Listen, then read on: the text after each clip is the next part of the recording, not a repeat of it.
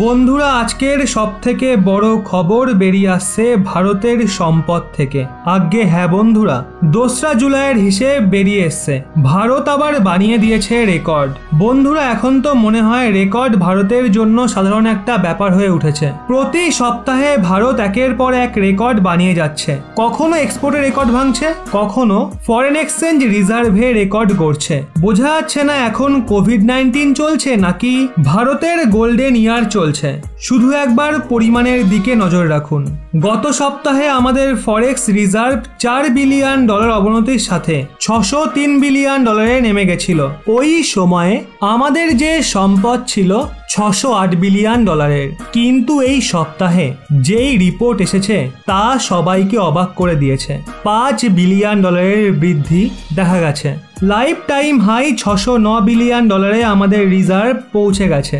যদিও এই বৃদ্ধিতে ফরেক্স কারেন্সি অ্যাসেটের অংশীদারিত্ব অনেক বেশি রয়েছে, $4.7 বিলিয়ন।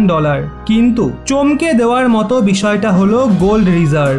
গোল্ড রিজার্ভে আমাদের $365 মিলিয়ন বেড়েছে।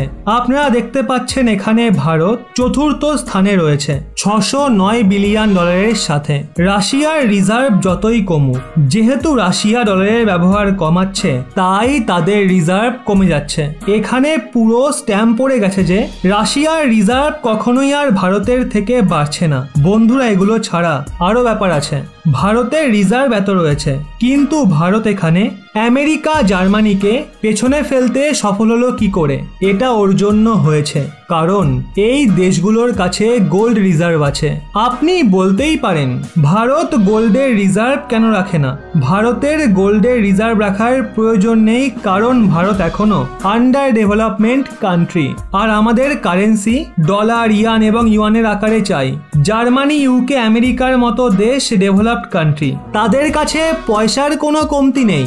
এই কারণেই তারা গোল্ড রিজার্ভ কেনে, যাতে তারা লম্বা সময় ধরে পয়সাকে সিকিউর করে রাখতে পারে। কিন্তু এক্ষেত্রে ভারতের সমস্যা হলো, যদি ভারত গোল্ড রিজার্ভের পরিমাণ বাড়ায় তাহলে ডলারের প্রয়োজনে কমতি পড়ে। যদি আমরা গোল্ড কিনি তাহলে আমরা গোল্ড বিক্রি করে নিজেদের প্রয়োজনীয় সামগ্রী কিনবো, আর ওই সিচুয়েশনে লেনদেনেই সমস্ত সময় বেরিয়ে যাবে, পয়সা বেরিয়ে যাবে। এই কারণেই আমরা গোল্ডের রিজার্ভকে বাড়াচ্ছি না। এগুলো তো গেল ফরেন রিজার্ভ এক্সচেঞ্জের হিসেব নিকেশ। এরই সাথে আপনাদের এক্সপার্টদের রায়টাও জানা উচিত। ফরেন এক্সচেঞ্জ রিজার্ভ নিয়ে আমাদের এক্সপার্টরা কি বলছেন? যতই আমাদের ফরেন এক্সচেঞ্জ রিজার্ভের পরিমাণ $600 বিলিয়ন পার করে যাক, কিন্তু ভারতের মতো দেশের জন্য, যা কিনা 130 কোটির বেশি জনসংখ্যা বিশিষ্ট দেশ, ওই দেশের জন্য এই $600 বিলিয়ন কিচ্ছু না। ওনারা বলেন যতই ভারতের কাছে 15 মাসের ইম্পোর্টের ফরেক্স রিজার্ভ পড়ে থাকুক, কিন্তু ভারতকে এই পরিমাণ আরো বেশি বাড়াতে হবে, কারণ ভারতের ট্রেড এখনো অতটা ভরেনি। ভারত যে টোটাল ট্রেড করে না 800 থেকে 700 বিলিয়ন ডলারের, কিন্তু যদি আমরা ইম্পোর্ট এক্সপোর্ট বাড়াই তবে ওই সিচুয়েশনে আমাদের ফরেক্স রিজার্ভও $ট্রিলিয়ন থাকা চাই। তাই আমাদের এখনই খুশি হওয়ার কোনো দরকার নেই যে ভারত $600 বিলিয়ন মাত্রা ছুঁয়ে ফেলেছে। এক্সপার্টরা স্পষ্ট জানান ভারতের লক্ষ্য $5 ট্রিলিয়ন ইকোনমির, আর এই সিচুয়েশনে ভারতের ফরেক্স এক্সচেঞ্জ রিজার্ভও গুরুত্বপূর্ণ রোল প্লে করে। তাই দেশ যখন বড়, রিজার্ভও বড় হওয়া চাই। এছাড়া এই যে পরিমাণ রয়েছে $95 বিলিয়ন এক্সপোর্টের, সেটা অনেক বড় ব্যাপার। আর ভবিষ্যতে ভারত সরকারের লক্ষ্য $2 ট্রিলিয়ন এক্সপোর্ট ইম্পোর্ট করার। যে টোটাল ট্রেড রয়েছে সেটাকে $1.5 ট্রিলিয়ন নিয়ে যাওয়ার লক্ষ্য রয়েছে আগামী 5 বছরের মধ্যে। একটা অনেক বড় সাফল্য অর্জন করার দিকে ভারত এগোচ্ছে। আর ওই সিচুয়েশনে ভারতের ফরেক্স রিজার্ভ ভীষণই ইম্পর্টেন্ট রোল প্লে করতে চলেছে।